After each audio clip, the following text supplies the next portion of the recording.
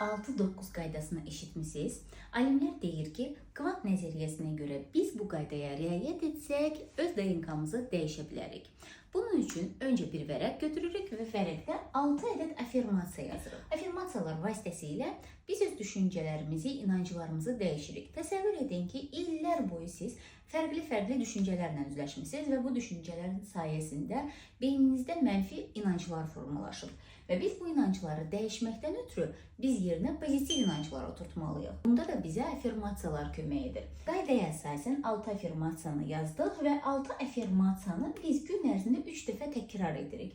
Və bu 3 dəfə təkrar etdiyimiz affirmasiyanı 9 gün ərzində davam edirik. 9-cu gündə artıq biz DNK-mızı başlayırıq yavaş-yavaş yenidən yazmağa.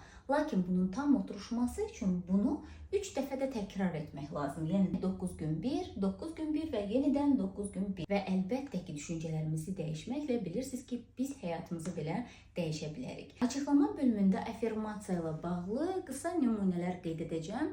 İstəsəniz yararlana bilərsiniz. Bu videonu dostlarınızla da paylaşın ki, onlar da öz inanclarını pozitivə doğru dəyişsinlər.